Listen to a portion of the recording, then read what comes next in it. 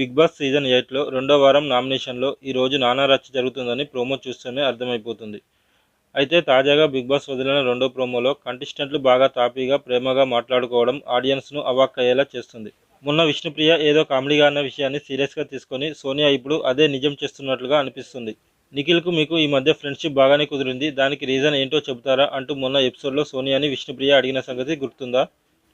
చాలా సరదాగా అడిగిన ఈ ప్రశ్నకి విష్ణుప్రియ మీద గట్టిగా సీరియస్ అయ్యింది సోనియా. అయితే లేటెస్ట్ ప్రోమోలో విష్ణుప్రియ ఎందుకు అడిగిందో ఆమెతో పాటు ఆడియన్స్కి కూడా ఓ క్లారిటీ వచ్చేసింది.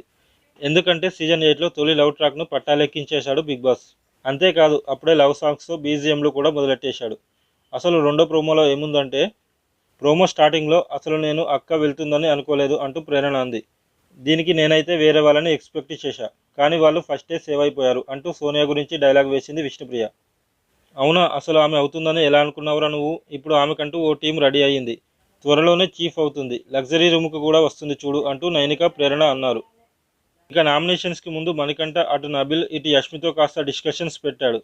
ఇక్కడ అప్పుడే టీములు కూడా ఫామ్ అయ్యాయి అంటూ నబిల్ అంటే, ఇక్కడ నువ్వు ఎవరి మాట వినొద్దు, ఒక బిగ్ బాస్ మాట తప్ప అంటూ మణికంఠకి క్లాస్ పీకింది యష్మి.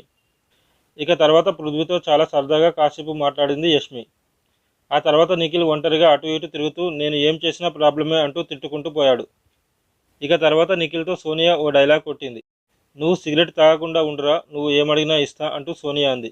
ఈ డైలాగ్ దెబ్బకి వాటర్ తాగే నిఖిల్ ఆపేసి మరి ఏం మాట్లాడుతున్నావు సోనియా అన్నట్టు ఓ లుక్ ఇచ్చాడు. ఈ మాత్రం చాలు బీజిఎంకి అన్నట్లు ఇస్క్ సిఫాయా సాంగ్ వేశాడు బిగ్ బాస్. ఇక ఇదంతా చూసి అభయ్, సీత అందరూ గుసగుసలు మొదలెట్టేశారు.